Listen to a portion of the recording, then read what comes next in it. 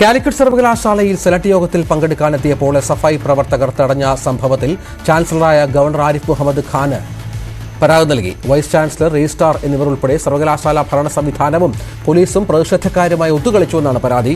VC, registrar എന്നിവരോട് പരാതിപ്പെട്ടപ്പോൾ ഉണ്ടായത് ഉത്തരവാദിത്തരഹിതമായ സമീപനമാണെന്നും പരാതിയിൽ പറയുന്നു.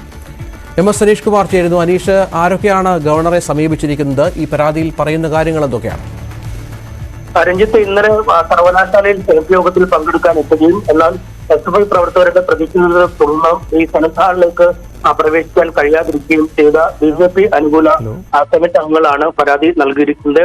AK Anuraj, Balan Pootheri, AR Praveenkumar, C Manoj, AV Harish, Neha C Nair, Ashwin Raj PM എന്നിവരാണ് ഈ പരാതി അയച്ചിരുന്നത്. ഇന്നലെ രാവിലെ തന്നെ അവർ സെനറ്റ് യോഗത്തിൽ പങ്കെടുക്കാൻ എത്തിയിരുന്നെങ്കിലും അവരെ അകത്തേക്ക് പ്രവേശിക്കാൻ അനുവദിച്ചില്ല.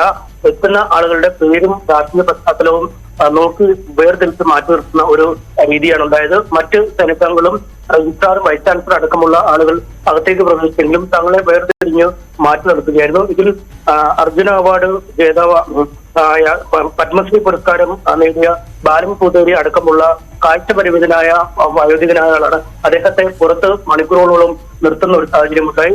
പോലീസിനോടും സർവകലാശാല പ്രതിനിധികളോടും ഈ സംബന്ധിച്ച് സുരക്ഷ നൽകണം, തങ്ങൾക്ക് അകത്ത് പ്രവേശിക്കണമെന്ന് പറഞ്ഞെങ്കിലും അവരുടെ ഭാഗത്തുനിന്നും അനുകൂലമായ ഒരു നിലപാട് സ്വീകരിക്കുകയുണ്ടായില്ല.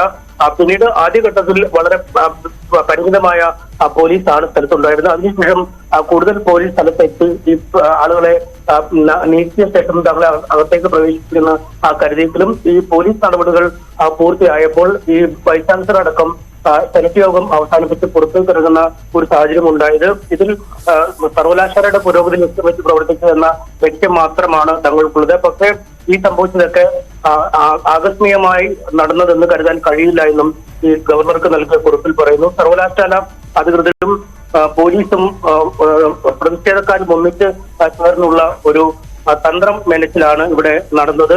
അതുകൊണ്ട് ഈ മാധ്യമപ്രവർത്തകരടക്കം സ്ഥലത്തെത്തിയ സാഹചര്യത്തിൽ മുൻകൂട്ടി അനുവദിച്ചായിരുന്നു ഇത്തരമൊരു പ്രതിഷേധ നാടകം നടന്നതെന്നും അവർ പറയുന്നുണ്ട്. ഇതിൽ 8 പേരിൽ ഒരാൾ പത്മശ്രീ നൽകി ആദരിച്ച ബാലൻ പൂതേരിയാണ്. വാർദ്ധക്യത്തിലേക്ക് കടന്ന് അദ്ദേഹത്തിന് കാഴ്ചയില്ലാത്ത സാഹചര്യമുണ്ട്. അദ്ദേഹത്തെ പോലും അകത്ത് കടത്തില്ലെന്ന അമർഖാന്റെ ഭാഷയെ ചോദ്യം ചെയ്യാത്ത അധികൃതരുടെ നിലപാടുകൾ സംശയമാണ്. പോലീസിന്റെ ഇടപെടലും സംശയകരമാണെന്നും ഈ കത്തിൽ പറയുന്നു.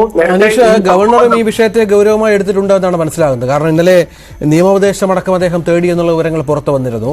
ഒരുപക്ഷെ ഈ കത്തുകൂടി ലഭിക്കുന്നതോടെ, ഇത്തരം ഒരു പരാതി കിട്ടുന്നതോടെ ഗവർണറും ഈ വിഷയത്തിൽ കൂടുതൽ കാര്യമായി ഇടപെടും, ഇതിന്റെ നടപടികളിലേക്ക് കടക്കേണ്ടി വരും. രജിസ്ട്രാറോടും വൈസ് ചാൻസലറോടും ഒക്കെയുള്ള വിശദീകരണം തേടും. അത്തരത്തിലുള്ള നടപടിക്രമങ്ങളും പ്രതീക്ഷിക്കാം ഇനി. തീർച്ചയായും. കാരണം മണിക്കൂറുകളോളം ഈ കാഴ്ചപരിമിതരായ രാജ്യം പത്മശ്രീ നൽകി ആദരിച്ച ആൾ പോലും ഏതാണ്ട് 1.5-2 മണിക്കൂറോളം പുറത്തു നിൽക്കുന്ന ഒരു സാഹചര്യം. ഇവർ ഈ പ്രതിഷേധം നടക്കുമ്പോഴും ഇമെയിലായി രജിസ്ട്രാർക്കും വൈസ് ചാൻസലർക്കും തങ്ങൾക്ക് സുരക്ഷ നൽകണം, ഈ സെനറ്റ് യോഗത്തിൽ പങ്കെടുക്കാൻ കഴിയണമെന്ന ആവശ്യം ഉന്നയിച്ചിരുന്നു. എന്നിട്ട് പോലും ഇതിനൊരു അനുമതി നൽകിയില്ല.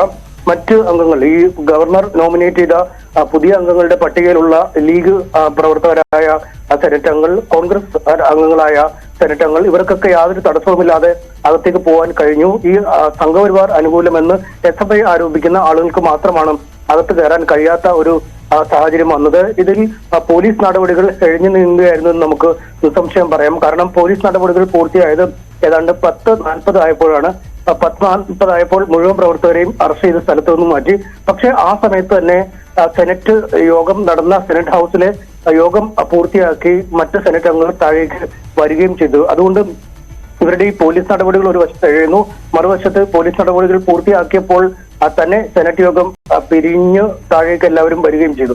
എന്ത് കാരണത്താലായാലും അല്ലെങ്കിൽ ഏത് സാഹചര്യത്തിലും ഈ സെനറ്റ് അംഗങ്ങളെ ഇന്നലത്തെ യോഗത്തിൽ പങ്കെടുപ്പിക്കരുത് എന്നൊരു കൃത്യമായ ധാരണ അല്ലെങ്കിൽ അത്തരമൊരു നിലപാട് ഈ എല്ലാവരുടെയും ഭാഗത്തു നിന്ന്, പോലീസിന്റെയും പ്രതിഷേധക്കാരുടെയും യൂണിവേഴ്സിറ്റി വൈസ് ചാൻസലറുടെയും രജിസ്ട്രാറുടെയും അടക്കമുള്ള ഭാഗത്തുനിന്നും ഉണ്ടായി എന്നാണ് ഈ അംഗങ്ങൾ സംശയിക്കുന്നത്.